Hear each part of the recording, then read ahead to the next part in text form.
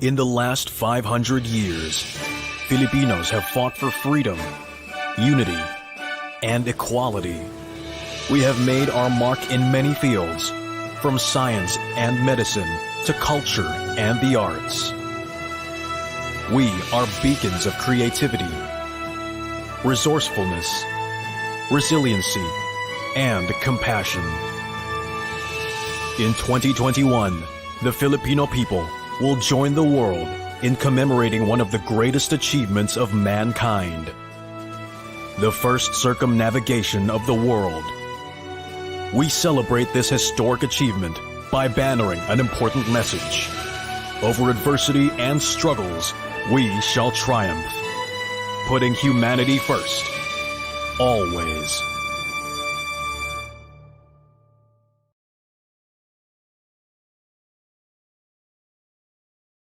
Mandirigmang Pilipino, dakila ang lahi ko, bayaning Pilipino sa makabagong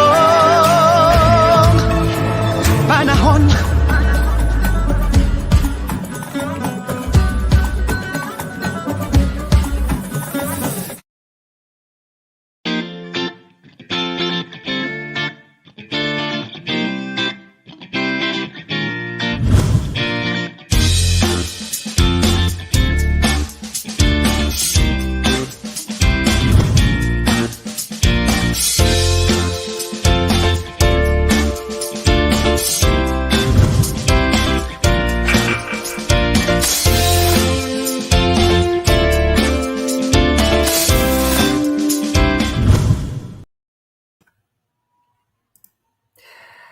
Good evening, mga kapamana. Welcome again to your favorite heritage webinar and online lecture series, Pamana Talks. My name is Joel Aldor, and with me tonight is our co-host, Gius Santos. Hello, Gius. How are you? Hi, Joel. Kamusta? Hello po sa ating mga kapamana. Magandang gabi po sa inyo lahat ulit, mga kapamana. It's been a while since we last saw each other, and we're very excited to have you again. And as always, please don't forget to like us on our Facebook page at Grupo Kalinangan. You can just find us on Facebook, and also follow us on our Instagram and our Twitter accounts. Just type in the handle Grupo Kalinangan and follow us over there. You can also subscribe to our official YouTube channel. Just type in the search bar Grupo Kalinangan and just subscribe to our official YouTube channel over there. If you want to receive news and updates and events, especially about our upcoming Pamana Talks, you can also subscribe to our official newsletter by visiting our website at grupokalinangan.org. We also invite everyone to please like and follow as well our partner, the National Historical Commission of the Philippines official Facebook page. Just go to facebook.com/NHCP 1933, or just type in NHCP, National Historical Commission of the Philippines, and like and follow their Facebook page. Also, the National Quincentennial Committee's official Facebook page as well. Their URL is facebook.com/NQC 2021. So you get updated on their upcoming events and the ongoing commemorations pertaining to the quincentennial. So today is a very special occasion for us. It's a very exciting time for us as Filipinos, as we're all in solidarity with the commemorations and celebrations of the quincentennial of the first circumnavigation of the world in the Philippines. There are various celebrations happening right now, especially there in Cebu City. So, kamusta po sa ating mga kapamana dyan sa Cebu?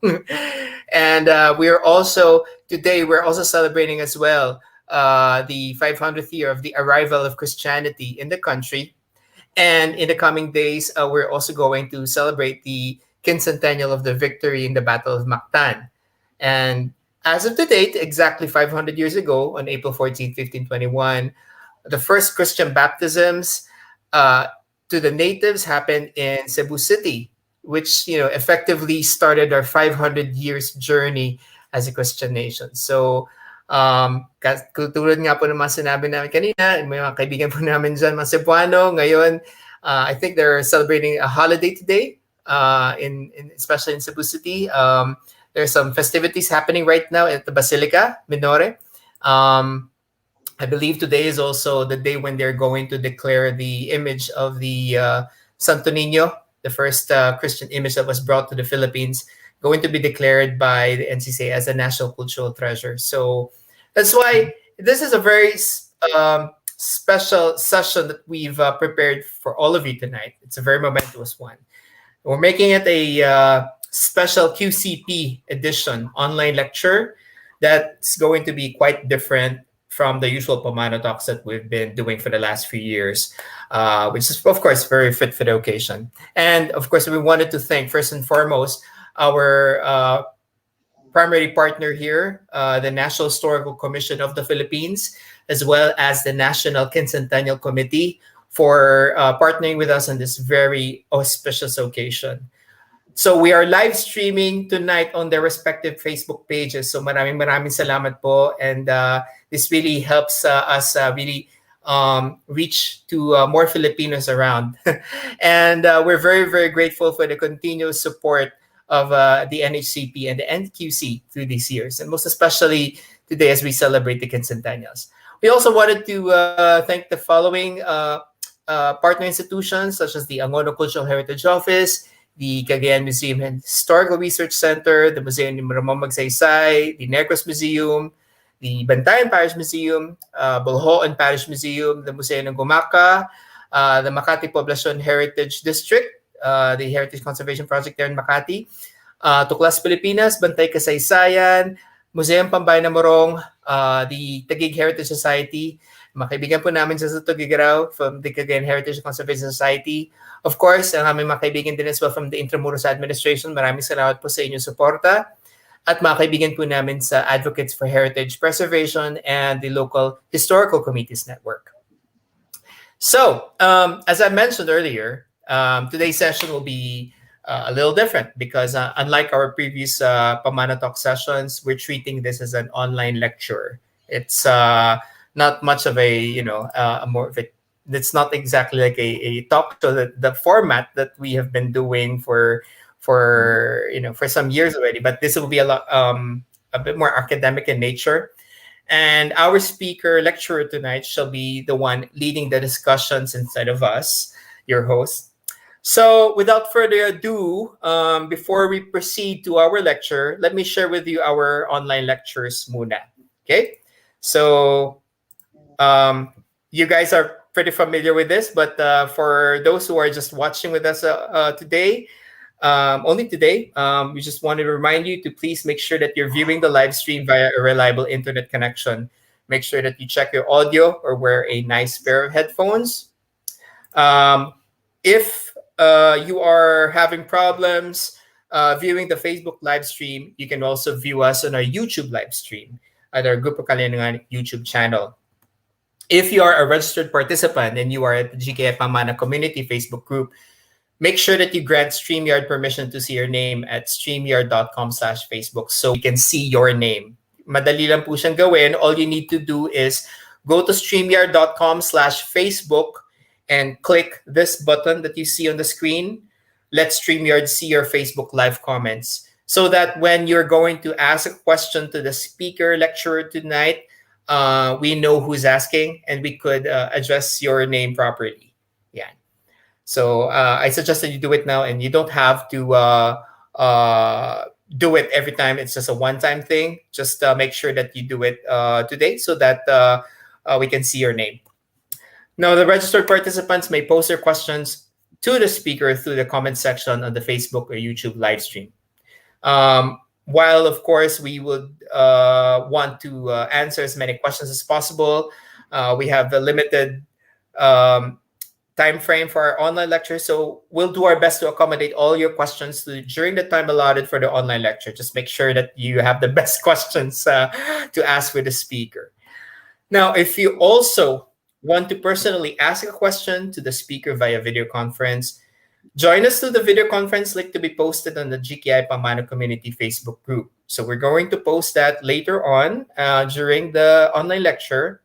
And if you want to join us and ask the lecturer personally, make sure that you check your camera and mic settings so the speaker can see you. Now, all of you who have registered, if you want to get your Pamana Talks special QCP edition e-certificate of participation via email, we prepared a very special e-certificate just for you for this online lecture. You will have to fill out an evaluation form later later tonight after the online lecture. Now, the link to the evaluation form will be posted on that group as well a few minutes after the online lecture ends. And as always, we invite you to please share this online lecture to your friends. You don't have to be a registered user, honestly, but we encourage you to share this live stream to your friends, your family, or those who you think would benefit from learning about our Philippine culture and history. So have fun and share this live stream to your family and friends. All right, so let's go ahead with our lecture tonight. Now, let me read to you the abstract provided to us by our lecturer speaker. Okay, so his abstract goes like this. Early modern altarpieces constitute one of the most numerous collections of art in Philippines and one of the most characteristic elements of religious heritage. But art historians have paid little attention to their development and to their chronology. This online lecture aims to provide a framework to date the archipelago's retablos from the 16th through the 18th century, highlighting both the European reference points and local artistic customs. This lecture will also list some exceptional altarpieces located in various churches in the islands, organized both formally and chronologically. Through using a proposed framework, other altarpieces identified in the future would be easily dated following this pattern. Our tonight's speaker lecturer is presently Associate Professor of the History of Art Department in the Universidad de Sevilla. He received his PhD in History of Art from the same institution with his work Intramuros, Arquitectura en Manila, 1739 hasta 1788. He has been a visiting academic at different international institutions such as the San Agustin Museum here in Intramuros, the Instituto de Investigaciones Estéticas in Mexico, European University Institute in Florence, the King's College in London, the Oxford University at Sapienza Università di Roma. And he has taken part in several international research projects, being the principal investigator of one on Xianglu buildings in the Yuanming Yuan Garden in Beijing, and one of the architecture of power during the 18th century. He has published several papers in journals, both national and international. More remarkable is the edition of his books entitled Intramuros, Arquitectura en Manila, 1739 hasta 1762, published in Madrid by the Fundación Universitaria Española in 2012. Also, he has written this book, The Convents of Manila, Globalized Architecture During the Iberian Union, published by the Ateneo University Press in 2017, and the book Manila 1645, published by Routledge in New York in 2021. Now, to give us an online lecture titled Panels of Faith, Retablos at the Crossroads of Globalization, ladies and gentlemen, all the way from Seville in Spain, it is our honor and pleasure to introduce to you Dr. Pedro Luengo Gutierrez. Buenos días, Señor Pedro. Buenos días from Spain. Good evening in the Philippines. It is an honor also for me taking part of these activities, and I hope that although being an academic presentation, we can do something closer to a talk, a friendly talk where we can learn, both you and me, about the importance of the heritage of the Philippines. Well, Thank you very much for. Yeah, sorry. no, don't worry. Go ahead. As I have told my colleagues, I will be more than happy of having your comments during the presentation, because maybe we can do something more dynamic. My first word should be to thank my colleagues Joel Aldor and you Santos, and also, of course, Grupo Kalinagan, for accepting my presentation on the topic that I want to share with you today, trying to make closer our last conclusion about Philippines altarpieces, but it's a field that has been not widely studied in the last decades, despite they are probably the most numerous pieces of heritage along the entire archipelago. They have great connection with the religious world in the Philippines, but at the same time, they can be a great tool to be used for touristic and even social identities in the Philippines. And for this reason, I think it is important to study them, know them, and preserve them in the best conditions. This is mainly my objective, try to give academic, but at the same time, very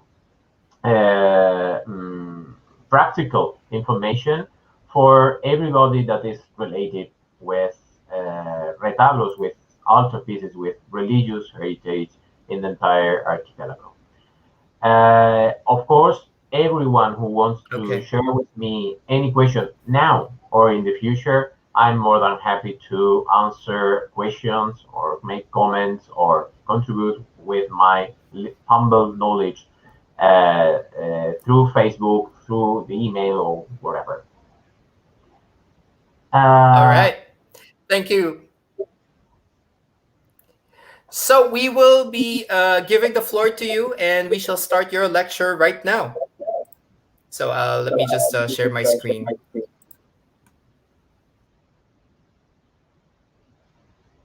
Well, all right, Dr. Pedro.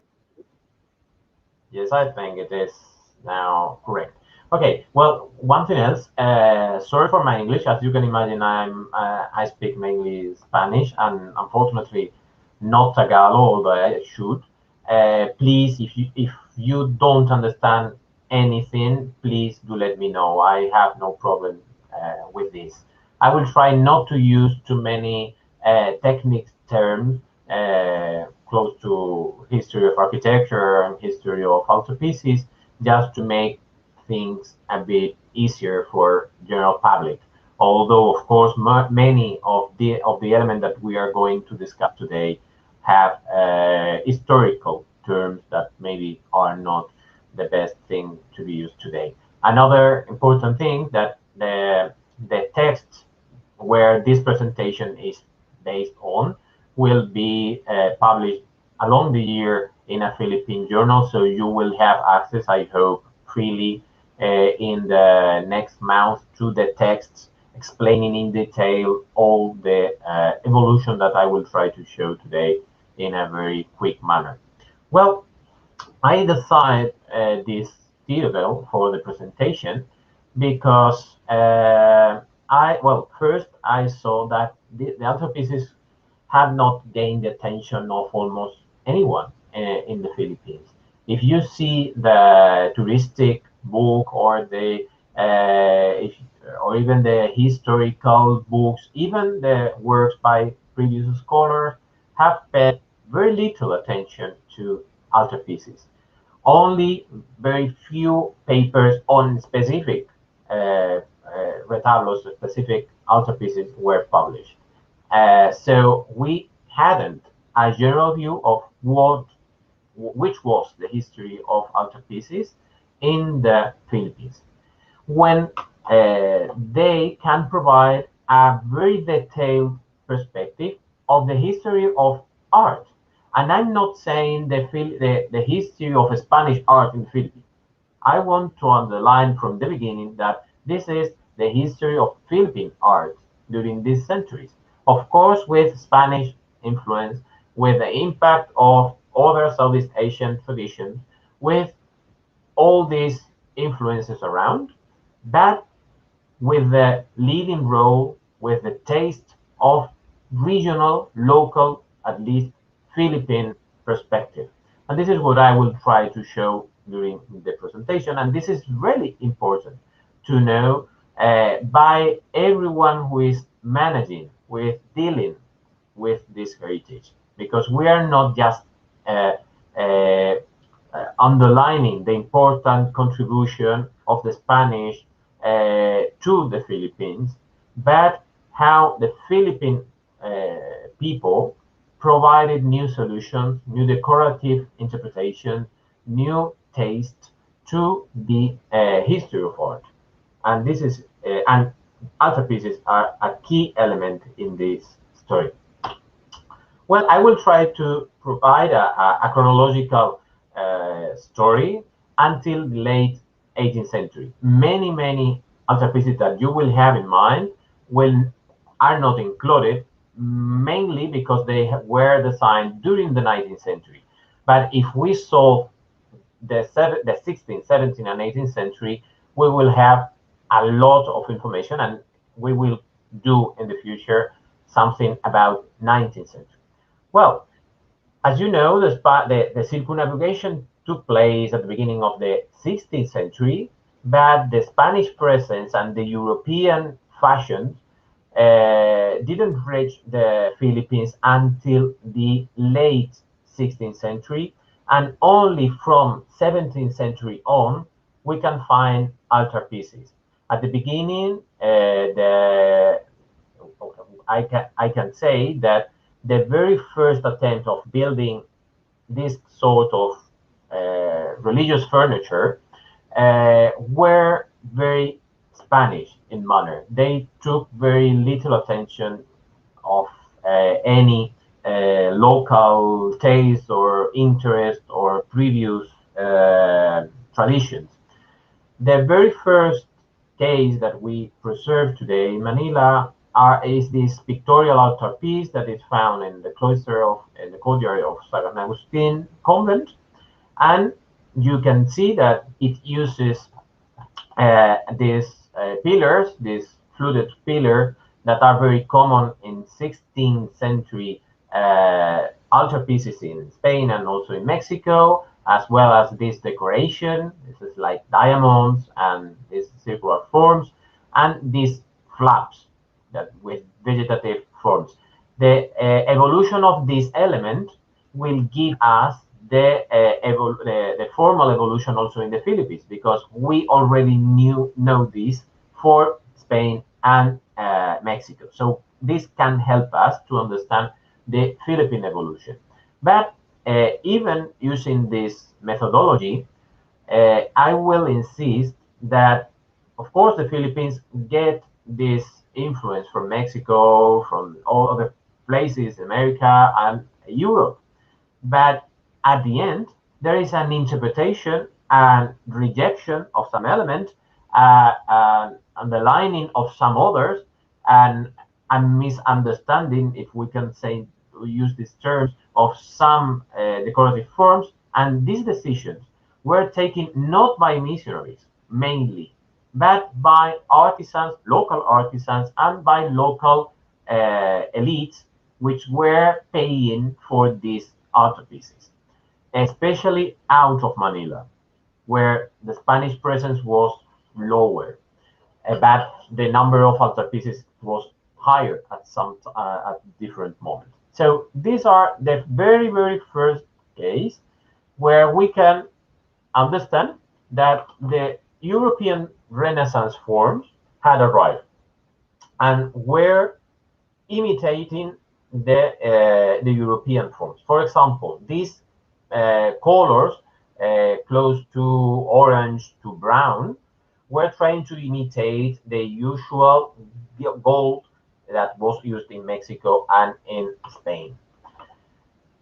The very first altarpieces were painted on silk or on the walls, and we know this from many sources. The second step was providing a wood altarpiece, and the oldest one, according to what we now know, is the altarpiece by Juan de los Santos, again a local carver, in 1617, and is today preserved in the museum in San Agustin in Manila. You can see that again we have these typical, very orthodox columns in the classic manners, although we have also this niche, these spaces for freestanding sculptures, what is something very exceptional in the European context and also in the American one. Probably this change that will be a characteristic during the 17th and mainly during the 18th century in the Philippines is giving a place to local taste, because you know that pre-Hispanic religious work were very connected with the freestanding sculpture, and there are not so many carved panels in the previous tradition. So probably after the first attempt of trying to connect, to use European forms in the Philippines, the missionaries saw that some dialogue, that some religious dialogues should take place. And this is what we can find in this sort of altarpieces. So even in these early cases where the first intention was translating European models into the archipelago, even in these pure, we can say, models, the local taste starts to appear. It will be much clearer in the future. We can see again these little diamonds forms and square that clearly come from the European grammar and vocabularies. Here is an example in Spain, in Seville. This is the main altar, which was designed at the beginning of the 17th century, is today preserved in Annunciación Church here in Seville. And we see that here we underline the importance of big columns in the very orthodox way, as in Manila, but in a different dimension. What we don't have here is freestanding sculpture. We have carved panels or paintings. Paintings was not a possibility in the Philippines, but the carved panels appears in some cases, but will disappear very early. This is another case in comparing the Philippine case and the one in Seville. We have the altarpiece of San William the Hermit, again in the cloister of San Agustin convent in Manila, and we see that again paintings and carved panel are the first option for Spaniards of the time. Of course, mixed with these flute columns, with this decoration of diamonds and square, and this color imitating gold.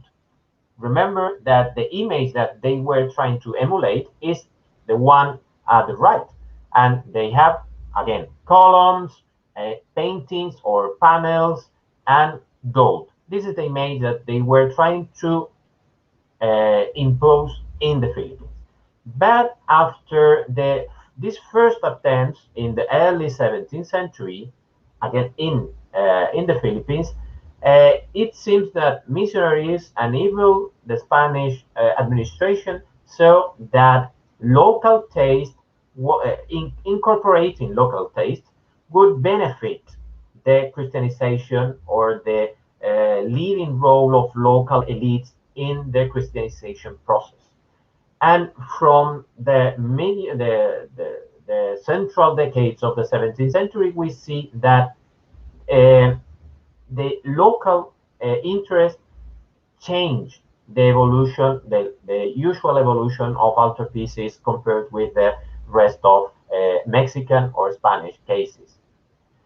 For example, these flute columns start being decorated with these garlands, with these medallions, with these forms that were also used in in the metropolis in Spain and in Mexico, but they are incorporating in a slightly different manner, which is closer to the local taste. Again, you see that this early phenomenon take place in Manila and specifically in San Agustin because there we have a great collection of pieces preserved. But this phenomenon will spread out the capital in the next decades. Again, well, this is another case of the early 17th century in Seville, and again, you see that the Spanish way of designing altarpieces is very clear, and they underline the use of paintings, the use of carved panels, not so much the use of freestanding sculpture, and gold and columns in the traditional Renaissance way. This is the little story because we don't have too many cases from the 17th century in the Philippines. That this is the evolution of the cases that we can think that they were designed in the 17th century. But this little list of cases is contrast a lot with the long list of altarpieces that were designed during the 18th century, especially out of Manila. And this can be explained from an economic or an historical perspective, because this is richer community which can and want to use their money to support the construction of new churches, of new altarpieces. So during the 18th century, we can say almost decade by decade which forms, which decoration were involved in the Philippines at the moment. The first important thing is, well, this is the very beginning of the 18th century because we are mixing these flute columns that we have just seen during the 17th century with other elements that are more and more plump. They're more, the forms are very round. And this is the usual taste that we can find also in Mexico and Spain in the very late 17th century and early 18th century. In the Philippines, it seems that it is part of the early 18th century production. And the arrival of these plump forms, of these fruits, of this vegetal decoration, arrived in the Philippines in the early 18th century together with the helicoidal, the Solomonic column. Not in the European traditional manner, which is strictly the Roman Bernini tabernacle in the Vatican, but the Mexican reinterpretation. And the first case that we know specifically which date is published is this engraving of Nuestra Señora de Guía that is printed in the Philippines in 1711. So we know that these forms, again, this sort of angels, these fruits, these columns, were usual in the Philippines at this moment. More things that start at this moment and are clear elements of a cultural dialogue which was not common during the 17th century, that we are going to find it during the 18th century. One of the more evident element is the trefoil arc, which is very, very common in Philippine altarpieces. The trefoil arc is very, very common in medieval Spain, not in early modern period. So in a very, very old manner, which will sound old-fashioned for 17th or 18th century artisans in the Philippines. This old-fashioned form, decoration, arrived in Mexico and was not very not widely used, but you can find some example in Baroque churches and in Baroque altarpieces. So this strange form in the traditional historiography, in the most traditional studies, this archaic form arrives in the Philippines, and it was used, for example, in Malate Church front in the facade. If you can if you give this interpretation, it can Hi, see. Pedro. Hello, are Yes, you there?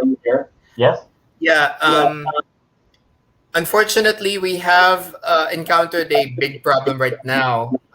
In the middle of your lecture, my my Facebook account got disconnected, and the live stream have totally stopped. Hello. I don't under. Yeah, can you hear me? Yes. Yeah. Sorry about that. We have, as of the moment, my Facebook is locked.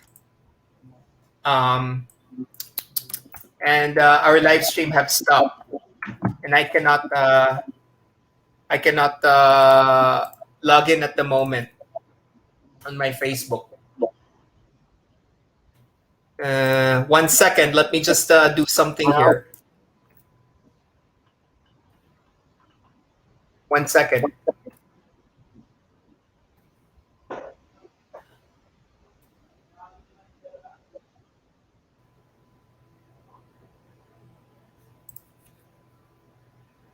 uh,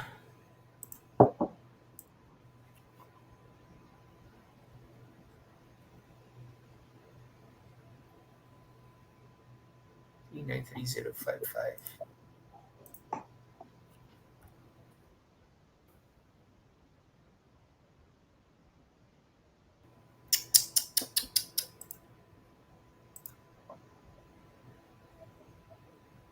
Mm, 1 second. We're having problems right now.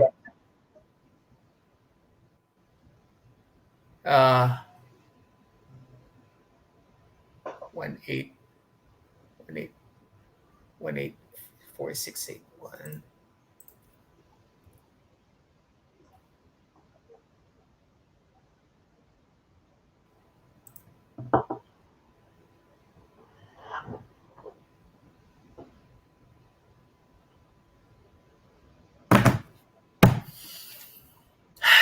So I am having my okay. So this is what I'm seeing right now on my screen. And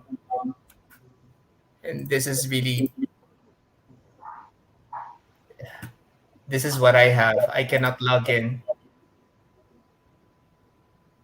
My account is locked at the moment. I don't understand why. So our live stream had been we're live on YouTube. Oh, okay. We're live on YouTube.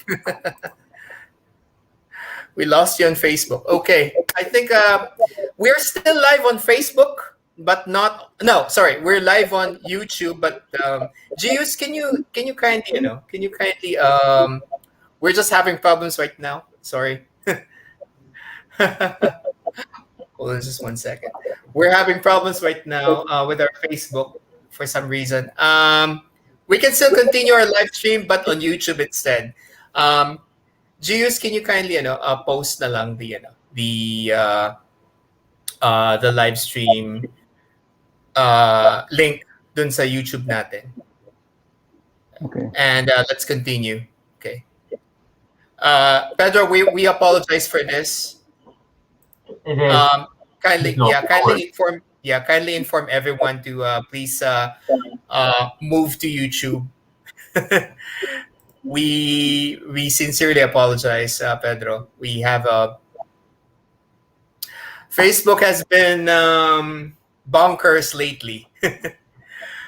Yeah, and no amount of preparation would prepare you for this kind of I don't know. Anyway, let's proceed with your lecture. Maybe you could go back to the like a few slides, possibly somewhere over there. Yeah. Yes, I Okay. think Uh, I'm going to restart very slowly just to give people time to change the platform and to come back to YouTube. Well, it is not a bad place to stop. I will make something like a summarize of what we were saying. The early attempts of the Spanish were trying to copy paste the European forms in the Philippines, and this is the very late 16th century cases. Unfortunately, we don't preserve too many examples of these, and we have even better cases in Japan, in Japanese collection, than in Philippine territory. During the 17th century, this dialogue start. The missionaries start seeing that we should try to start a dialogue or to incorporate local taste into the religious work.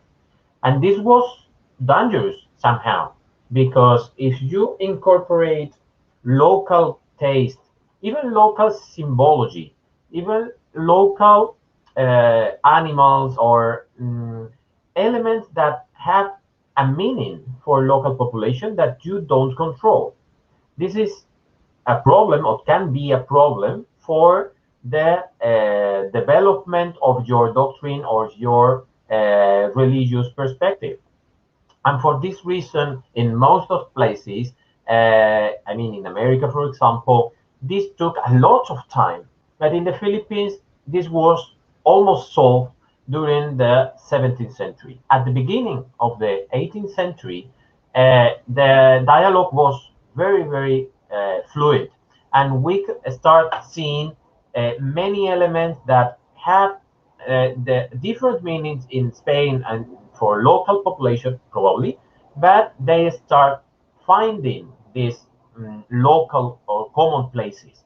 As I told before, this coincide with the arrival of several Baroque late 17th century forms like the such as the this plump fruits, this form, these very round forms, these helicoidal pillars or the Solomonic columns, as well as these decorative elements that are very similar to the ones that you can find in other parts of another colonial spaces. I was explaining the journey, we can say, or the circumnavigation of some forms, and how the Philippines is a key point for understanding the different meanings of some decorative forms. I will be much quicker than before. I think it is easy to understand. The medieval trefoil art was very common in the late 15th century in Spain, but in later centuries it was not so common. It sounded a bit old-fashioned. We can find some cases, but not many, in Mexico during the 17th and 18th century. But the trefoil art is quite common in the Philippines, both in architectural decoration and in altarpieces design. Why the Philippines were so interested in this form? Because they were old-fashioned Indians that had no idea of the last decorative forms that were useful in Europe. This is what sometimes anyone can understand from some papers of my colleagues. This is not my interpretation. My interpretation is that Spaniards were happy with these forms because they knew it. But the Philippine elite was also happy with it because the trefoil art was the usual form to host the religious image in China or in other Southeast Asian spaces. And we have here example from Indonesia or from China. So it was local, but at the same time it was Spaniard. So it works great, but with different meanings. And this is important to underline. This was not selected by missionaries, but by local, from my humble point of view. And second, it is a consequence of the entire circumnavigation. So it is not just a consequence of the Spanish presence there, but of all these cultural fluxes and currents that uh, finished or have an important point in the Philippines. This can be found, all these discussions about the decoration, the arrival of the Solomonic forms, and so on, can be found in this altarpiece. And I underline because, well, we had a little discussion, happy discussion, in Facebook some weeks ago. Of course, I'm referring to this part, to the upper part of this altarpiece, and not to this one, which is probably earlier. But this altarpiece is clearly is very close to the image that we have just seen in the print. So it must be considered an early 18th century altarpiece. A very similar one is the altarpiece preserved again in the San Agustin Museum, but at the sacristy, and we should underline this part. While this column can be found in Mexico without any problem, or in Spain without any problem, it is a clear copy-paste solution, even some of these elements, but this is not common. It's a completely unorthodox solution. We can say this is just the free imagination of the local artisan who had no idea of what he had to do, and he created a unorthodox solution trying to imitate the European pattern. As you can see in this discourse, we are underlining that the Indio is imitating, learning, is trying to do, but he can't. This is, I think, the typical discourse that we should avoid in a post-colonial perspective. This, if you compare this with the previous local tradition, you will see that it is very close to both Chinese and Southeast Asian examples. So they were not trying to imitate anything. They were trying to keep their tradition with mixing it in a very active way with the taste and the new waves from the colonizers. And this is a very interesting phenomenon that should be underlined. And I think that will be very interesting for local communities and for touristic as touristic attraction, and not just as a rare Spanish consequence in the middle of nowhere. What is sometimes what I understand in the explanation when I am in the Philippines. This problem, as I told in the previous part of the presentation, was the first chapters of this story took place in Manila, but very early this phenomenon spread out the capital and had very interesting replicas in the rest of the archipelago. For example, I will be a bit quicker now. The main altarpiece in the Holy Cross Parish in Camarines Sur, you can see the same columns, the same decorative solutions in a much bigger structure, but again, underlining from this moment on, underlining the importance of freestanding sculpture, which is much more connected with local religious feeling. Something similar happened in San Josef Cathedral in Romblon, where again, these elements are completely out of the European or Mexican grammar. These are local, not interpretation of outside or foreign forms, but a mixing of local forms with the intention or the forms that were served by the missionaries. Next stage in the evolution is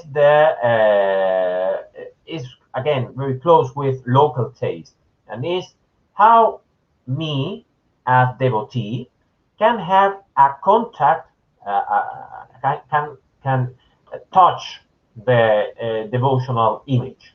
This is something very common in the Philippines and also in Mexico and in Spain, but the way we manage this problem, how the devotee touch the image, is different in these places. So the organization of the altarpiece should be different. It is not the same that, for example, in the Philippines, you go to the presbytery, and from this presbytery you have staircases to the image. This is very rare in Mexico and completely exceptional in Spain. In Spain, you have a different way of dealing with these spaces. And this is something that the local communities underlined and imposed in this Christianization. This can be seen in prints, in the altarpieces designed from the second decade of the 18th century. We can discuss wider this problem if you are interested in the Q&A section. A great example of this new organization of the altarpiece is Santa Ana Church, which is dedicated to Nuestra Señora de los Desamparados and preserved today the room, even the room behind the altarpiece, and the accesses, the independent accesses to this camarín. Also, Caixai Shrine preserves a similar solution, and we have quite a lot of cases preserved in the Philippines. Well, this evolved in the Philippines from these Solomonic columns to these decorated columns, and from the previous plan forms to something sharper, to something a bit more complex in the profile. This is the very beginning of this evolution, and these are the plans, the projects of the altarpieces for St. Francis Church in Intramuros. Today, not preserved. We have only the plans. Here is the plan to the Immaculate Conception altarpiece, and this is the altarpiece for one of the rooms of the convent for the reform, the refurbishment of the entire convent that took place in the 40s during the 18th century. So you see again many freestanding sculptures, many Solomonic columns, and we can see crispy or sharpy forms that start taking place in these new designs. Something similar happened in San Agustin. You see that this is I'm trying to show this evolution. We have again the same forms.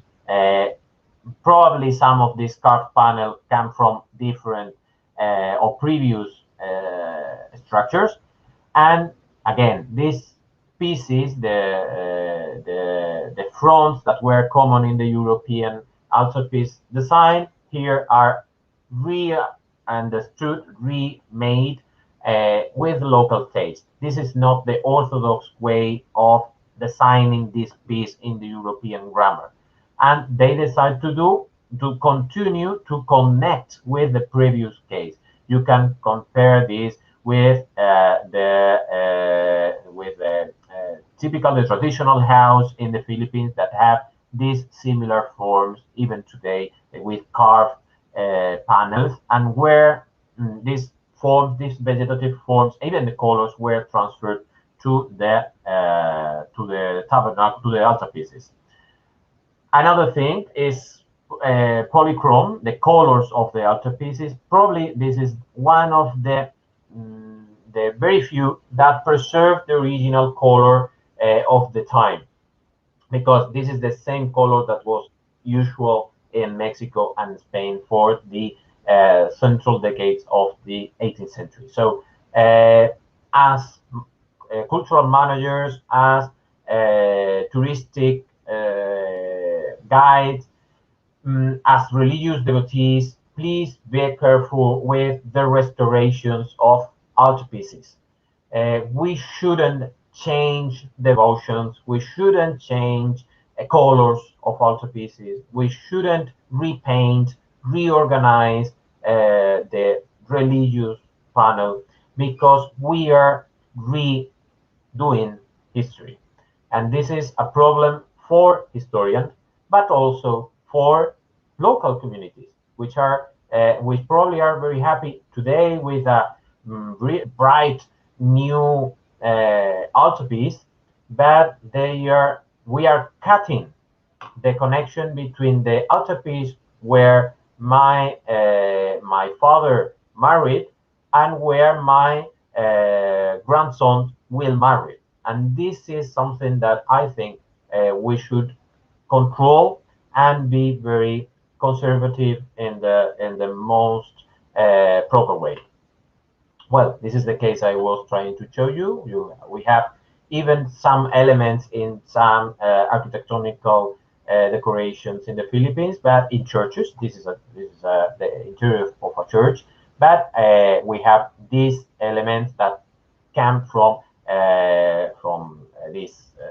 other residential houses. I will be a bit quicker. Sorry, because I don't know how much time I have left, because, well, with this interruption in the middle, I hope that I'm not taking too much time. In the middle of the 18th century, we have. Go ahead. Yes, Joel. Yeah, just go ahead. We still have a lot of time. Go ahead. Okay, thank you. Please feel free to say stop and don't say anything else. Well, as I said, the Solomonic solution seems to be a bit old-fashioned by the middle of the 18th century, and the local artisan decide to change, to create new forms, or to again to underline even more the local forms, the local taste, trying to mix what was really local previous to the Spanish presence with these new forms that came from not only Spain, but also from China, from France, from England, from the Dutch, who were in Indonesia, and so on.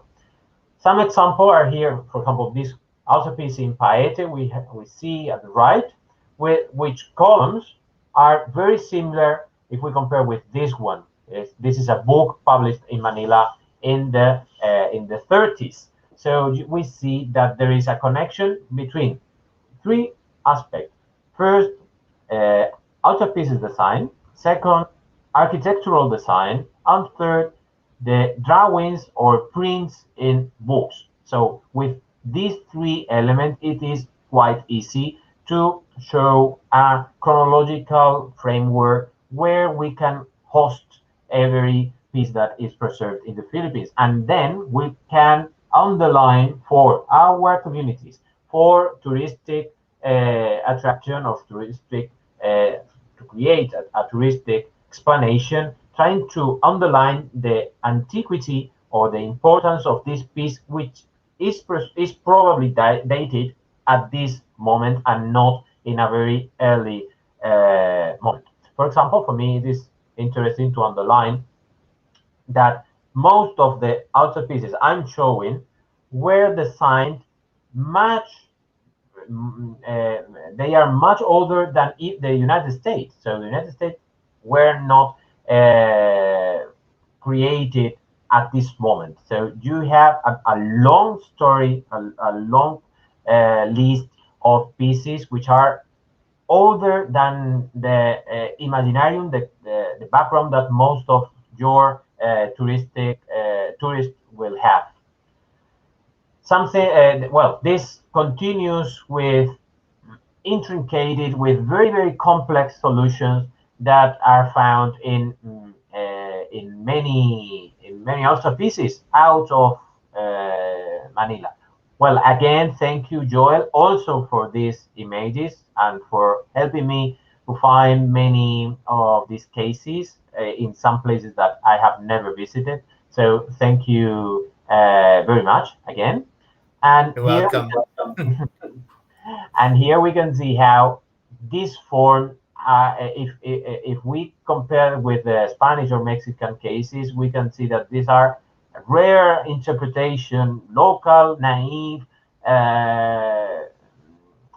explanation of something that they have never seen. And this is a very common, I think, not accurate discourse, when we should say, yes, the Philippines knew perfectly how a Mexican altarpiece was, because they saw every year a galleon that was decorated and built in Mexico. So they knew how it was, and they have the skills to do it. But they decided not to do in this way. So the Spaniards couldn't impose totally their taste. On the contrary, missionaries opened their mind, and they gave a wide freedom to the artisans to express themselves. Because at the end, missionaries wanted to keep the community happy with this solution. It has no sense that one missionary was very happy with the results, but the community, hundreds of people, were not. So at the end, this was very effective, because it was a mixture between what the carvers, Filipino carvers, were used to do and were doing, and what the missionaries required, or they wanted, or they needed to have at churches. Well, this is a great example of how the exuberant Baroque took place in the Philippines, but at the same time, how this Baroque had a local interpretation. It is part of local history, and not just a consequence of Spanish history in the Philippines. We have to say something about colors. These colors in white and gold are very common at the very late decades of the 18th century, because of a law that was published by the Spanish king, trying to avoid the use of gold and trying to underline the use of marbles and new colors. So probably most of these paintings are repaintings of a later date. So these altarpieces would probably be painted in red or in green, in these common colors around the central decades of the 18th century. Well, this is a good example of repaintings during the 19th and 20th and 19th, 21st century. But the carved part is very interesting, because they are mixing elements that, elements that are clearly connected with the very early solutions, like this decoration. This is a cartouche, which is very old, and this solution that are medium 18th century, and not or these Solomonic columns that that are from the first decades of the 18th century. Well, I'm explaining or underlining maybe too much how the Philippines tried to understand the Spanish or Mexican forms, and trying to give their interpretation in the Philippines. But this is not, the circumnavigation is much more complex, because we have to put inside this mixing bowl many other elements. For example, this is a Solomonic column. Okay, this is a Solomonic column. Exactly, this is a Mexican example. This is a column, not Solomonic, but in the Philippines. We see this base, which is a very orthodox base taken from treatises, from European treatises, and we see this base or this. It has nothing to do. So again, we can have the usual interpretation. Well, the Indians had no idea of what to do, and they have imaginative solutions, but they were just trying to make the missionary happy. Well, we will stop this. This is a base, a drum-shaped base, typical from South China, not from China in general, but from only South China. We have this example here, or this example here. And we have even more complex example that I have not good images, unfortunately. This is the typical solution for Chinese architects in the 18th century living in Manila. So probably this solution is closer to this or these cases than to the Mexican one. Again, I'm not saying that the Filipino were copying one day Mexican things and another Chinese thing and another Indonesian. They knew about all of these possibilities and they choose what they wanted according to their taste. And this is for me the important part of the story, because this will allow us to write the history of Philippine art, not the history of the Spanish art in the Philippines, which is for me a different thing. More examples, I will be quicker. We have the evolution go on in great cases like such as Maragondon, for example. And during the second half of the 18th century, the Solomonic form is very old-fashioned. Even this column with garland sounds a bit archaic and not the best solution. And the freedom of design of local artisans is the best moment for that. And we see, for example, in San Agustin, we have, this is a Solomonic column, it's true, but in a completely free interpretation. This is an atlas. It is a figure which is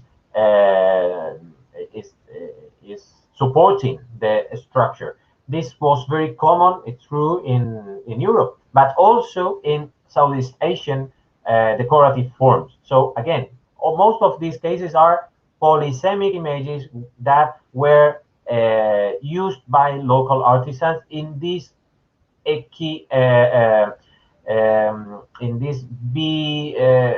how can I say this? In this double sense. It had a sense for missionaries and probably a different but complementary sense for local communities. Well, this is the case I was trying to explain. This is an atlas in Spain. We can find them also in the Philippines, but also in Indonesia, which has nothing to do with the Spanish context. So it is probably part of a consequence of the Southeast Asian taste, which is behind all this. More cases where we can find all these elements, and especially the stipite. This is a curious thing. I will try to explain very briefly. The stipite, which is this rare, here we can see even better. This rare pillar which is very complex to be designed, and this was the decorative forms that substituted the Solomonic columns in Mexico, for example, and also in Seville in Spain. But it is very rare in the Philippines. Why?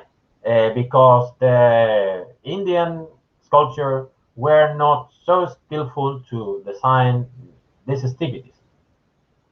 Well, this can be an option. We don't have sources to support this idea, this hypothesis. But the thing is that they knew perfectly that how this stipity looked like, because again, they were usual in ship design. In the galleons were very common to see them, and we have plans of this Mexican galleon where we can see that the stipities were used. So they were known in Manila very early. Why we can't find many? We have only very few cases with stipities in the Philippines. Probably because this form was not close to their taste. The Spaniard would love to continue with this new form. This was the fashion at the time, and what I wanted is an altarpiece of stipities. In fact, in some cases they were developed. For example, this is the print of Nuestra Señora del Rosario in Manila, and we see that they included, only briefly, but they included these forms. But this is the big Mexican altarpiece of the cathedral, which is done with these stipities, great stipities. And most of them were taken from these engravings that reached the Philippines very early also. So local artisans had access to these forms, but they decide not to use them.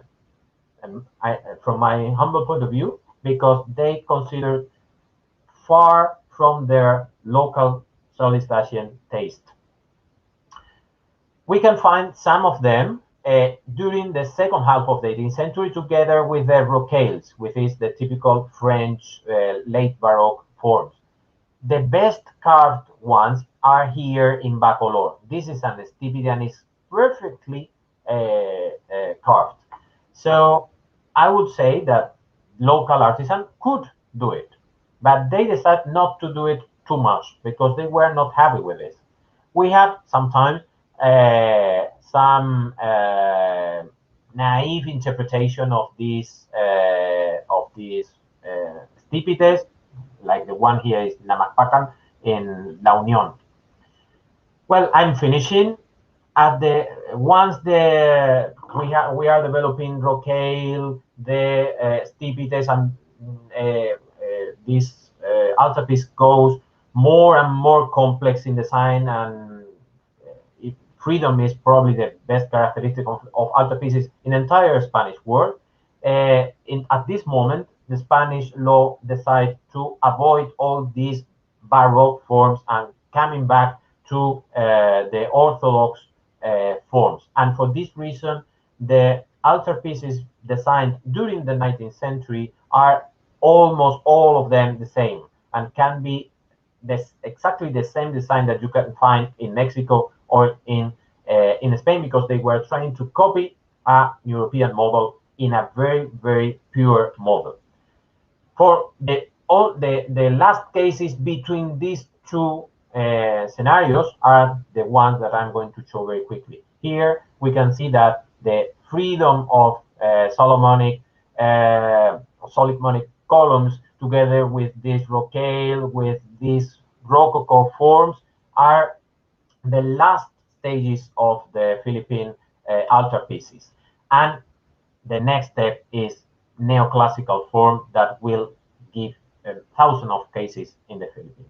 Sorry for the English, sorry for the terms, sorry for the interruption, sorry for such a long presentation. Maraming salamat. Thank you very much. Muchas gracias. Muchas gracias, Dr. Pedro Luengo, for sharing your study on the Retablos and its evolution here in the Philippines. I have a few questions, actually, and it's a very, these are very interesting insights on, on the architectural evolution of our Retablos. So, I have one question here. Can you, draw some parallelisms from the evolution of the styles during the 17th to the 18th century to the evolution of the overall architectural styles that evolved in the Philippines during that period? Is it, does the evolution normally follow the overall evolution of the architecture of the buildings in the Philippines around that time? Great question, Joel. Well, what I'm going to answer is future, because what we have done is altarpieces, and next step should be crossing these results with architectural decoration. But there is an important thing to have in mind. Altarpieces were designed mainly according to the contract we have in archives. They were designed by Philippine sculptors. On the contrary, the architectural decoration seems to be done mainly by Chinese artisans. So probably there will be, well, I'm sure that there will be similarities between these two things, and I think we should use this chronological evolution to date churches, but at the same time we should have in mind that some Chinese element will be more evident in architectural decoration than in altarpieces. But this is something that we have to prove in the future. And this would be, if we can do this, very interesting from my point. Okay. Now, why is it that the retablos here in the Philippines, in particular, are generally designed as niches that contain imágenes, or the images of the saints, instead of tableaus that have either relieves or paintings, as you can see in other countries that where the panels are made either of reliefs or paintings. Is there a compelling reason why? Well, there is an easy answer and a difficult answer to this. The easy one is Mhm. that painting in the Philippines is a problem for preservation. From the Mm. very beginning, the missionaries said that the paintings that they were acquiring in Mexico and the Philippines lasted 2 3 years in the Philippines, so it was not a solution. Only silk was a solution, but you can't ask order a silk painting in Spain or in Mexico. You have to do it in Macau. So at the end, we have a different big problem. Uh, well, we can't use paintings, or it is difficult to use paintings. Mhm. But why don't we use panels or paintings on wood? The thing is that there is not an explanation from the Spanish perspective. The explanation for me is that local taste was not happy with this solution. If you go to museums in the Philippines where you can find pre-Hispanic art, you will see that the anitos are sculptures.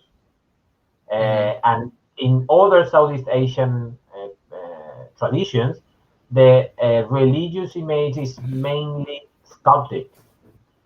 I think for this reason, Philippines altarpieces underline the importance of freestanding sculpture much more than panels of uh, of, of reliefs.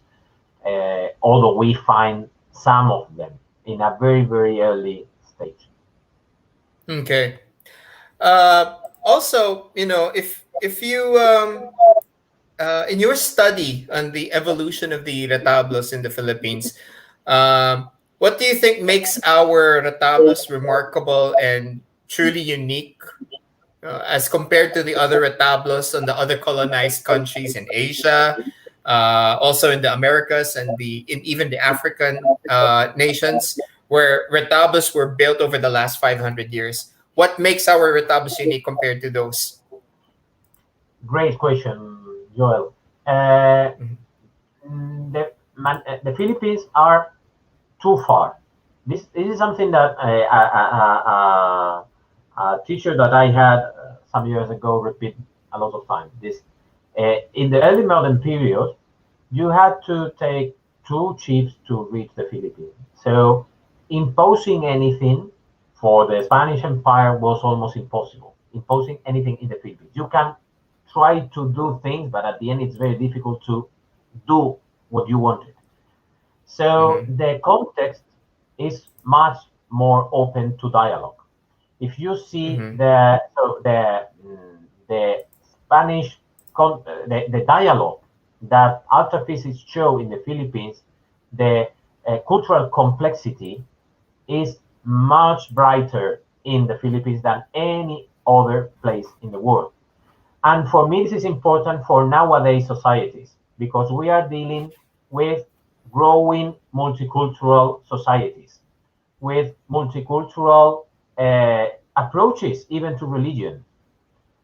Even Mhm. inside Catholicism, we have different approaches, tastes, requirements, and this is something that was proved and developed during 500 years in the Philippines. We don't have this experience in the rest of the world. We have to learn from Mhm. your experience. So Right. this is what I'm trying to underline. Right.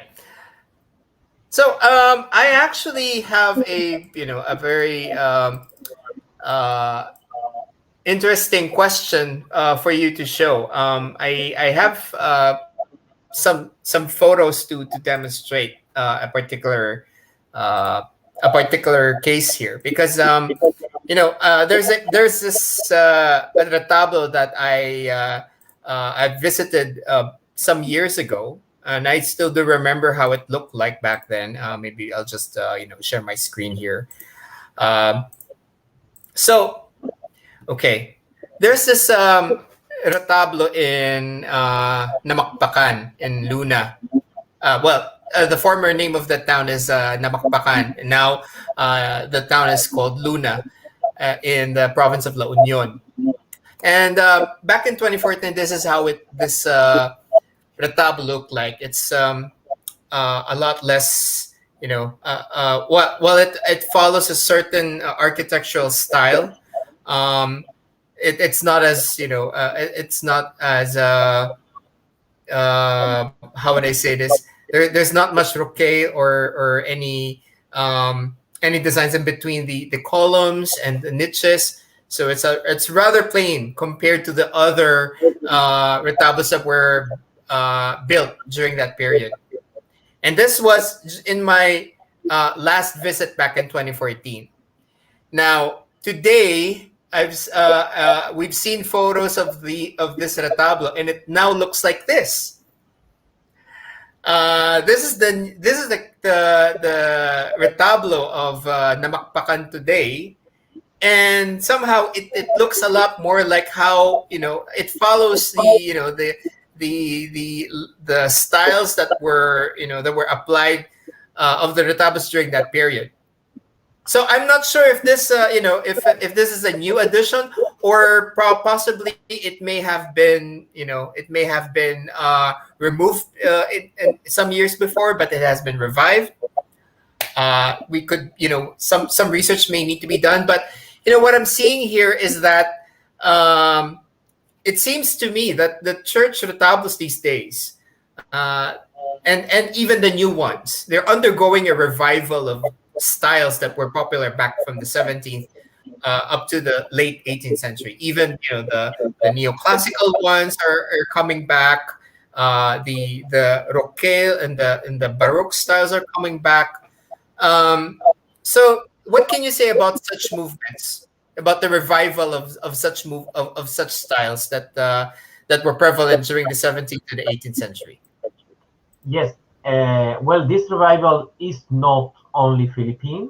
We have a neo-Baroque revival almost worldwide.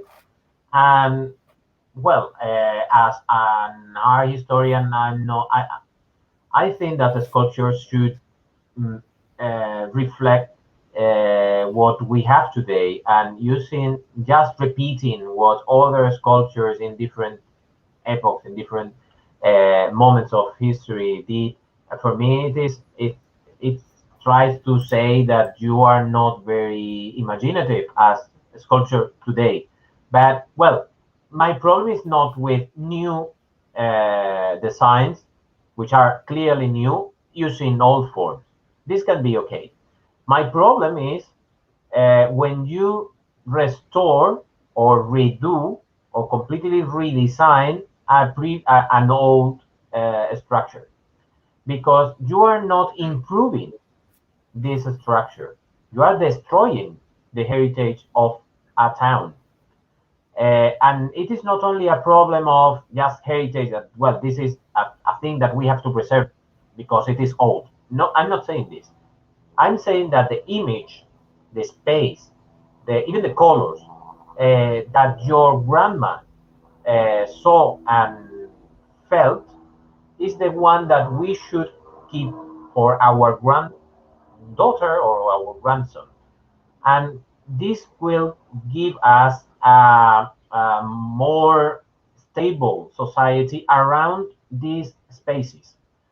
For this reason, changing colors, changing pieces, trying to do new things in a decorative way, to do things more beautiful, just because the artisan, the priest, or the one who is paying this one, just changing this because one person, consider this more beautiful. I think it is not the way. But I'm very strict with this. Sorry. Yeah. All right. Thank you about that. Sorry, I got disconnected a bit. I think we're having a Mercury retrograde for some reason today. I don't know. But let's ask the audience tonight who's watching with us on YouTube. Thank you guys for moving from Facebook to YouTube. Hope you guys are still, following us. We have a question here coming from Miss Maria Rodora Agustin. And her question here is there an explanation about the location of the retablos inside the church with regards to the concept of space? Thank you so much for the very informative lecture, sir. Oh, I should have said something about this very quickly because we can give a lecture on this topic. If you see any church in the Baroque sphere, I mean, not only Spain, Portugal, Germany, America, or wherever, you see that you find altarpieces along the entire church. You have one in the main altar, but you have altarpieces even at the door. So you have everywhere altarpieces everywhere. In Manila, there are some cases. For example, San Agustin still preserve many of them along the entire church. But if you go to Philippine churches, you have 3 altarpieces. One at the in the presbytery and 2 in the side, but all of them are there in a very specific place. This is something that is unique in the Philippines because they are underlining a local religious space. That is, this part is the religious, the holy place, and the rest is not so. We are studying, for example, aspects as such as light. The use of light at that part and in the nave are completely different. The uses of these spaces are completely different. Just one detail. In Europe, devotees can't go upstairs the presbytery. The presbytery is the place for the priest. That's all. Well, the people who are assisting the priest, but a devotee can't go up to the presbytery and much less to the altarpiece. So again, if you go to the Philippines, you can see that people go in and out the presbytery without any problem. The uses of spaces, even anthropologically speaking, are completely different compared with the rest of the churches in Europe or in America. And this is something that we have to work a lot. We are doing that. But I think this is unique, and you should preserve and document these practices as soon as you can. Okay. Do we have any further questions from the audience? We are still, we still have a few more minutes. Yeah. Let me just close this with a final question. Okay. And since we are celebrating the quincentennial, the 500th year of the arrival of Christianity, in your own words, Dr. Pedro Luengo, what can our Philippine retablos teach us, especially at this time of the pandemic, at this time when we are, when we are still not able to go out and be able to commune through the images and through the architecture and the art of the religious art of the retablos inside churches, and of course, I think what's also important is what could the next 500 years look like for our Philippine retablos. I mean, I suppose I just wanted to understand what's the most relevant thing that our retablos can teach us today. Yes, two ideas just to think about. The first is that the Philippine heritage, especially altarpieces, but the Philippine heritage in general, is an example, a case of what Philippines are. The capacity of mixing things, of learning from different perspectives, and doing unique solutions that are useful for many people around the world, but maybe they or we have not underlined their importance enough. This is something, if we see the past, what they can learn us. But there is a second idea that I think we should have in mind, which is we are in a pandemic, we are we are moving our life from real space to digital space. I hope, I trust, we will come back to real space, sharing our lives with digital space. But I think that we should think a lot about the importance of keeping real space as it is. Because if we just change without anything in mind what is the uh, inherited space, at the end, this will be not special for us and will be not special for future generation. And if we are going to do this, just move to digital space where everything is dynamic, changing every day, and there is no space where we can see as our home. Real space is at the end where we feel as our. Digital space, at least as we know now, is a fluid, a very dynamic, great, marvelous, but at the end, this is not mine. There is no space, in fact. So I think this is something that we should think about to take care of our spaces in the widest meaning of the word. Thank you very much, Dr. Luengo Gutierrez, for sharing us your study and your lecture to our participants in our online lecture today. We've been we have learned so much. We've had more insights right now about how our retablos have really evolved over the last 500 years.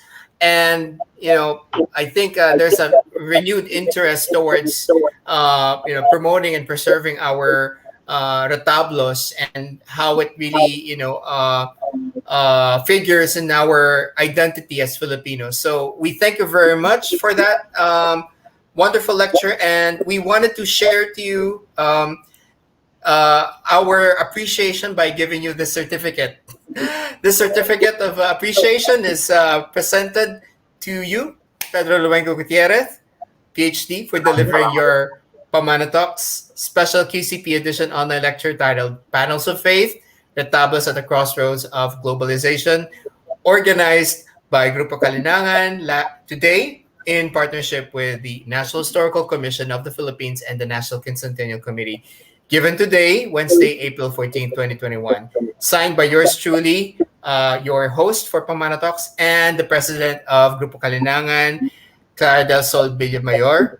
This is also a way for us to say thank you on behalf of the National Historical Commission of the Philippines, the National Quincentennial Committee, as well as the Local Historical Committees Network. So thank you very much, Pedro Gutierrez, for this wonderful lecture. Let's also, we also have some acknowledgements from our viewers on YouTube. Muchas gracias, señor Luengo, por todos, desde la ciudad de Bacolod. We also have here, thank you, from Eleanor Habal Robleza. Thank you very much for this lecture. I already visited some heritage churches in the Philippines. We'll continue this after the lockdowns. Congrats, GKF, for your mission to promote and share. Maraming salamat rin po. And who else here? We have a lot of messages coming from the different viewers from all over the country. Also from Jose Marie Calueng, great insights. Thank you for subscribing to our YouTube channel. From Mary Anton Doc, thank you so much, Dr. Pedro Luengo Gutierrez, for sharing your expertise. Loving the Philippine culture as well. I really miss visiting these churches. Okay, so thank you again, Pedro, and we hope you stay safe. And in the near future, hopefully, you could come visit us again here in the Philippines, or we could go there in Spain whenever we can. Gius, do you have some things to say? I just want to thank you, sir, for sharing your knowledge. This is something that I'm really interested in because I'm a student also of design. So we study about history of architecture, especially churches, and design of retablos is something really fascinating for me. So thank you for your time. Thank you for sharing your knowledge.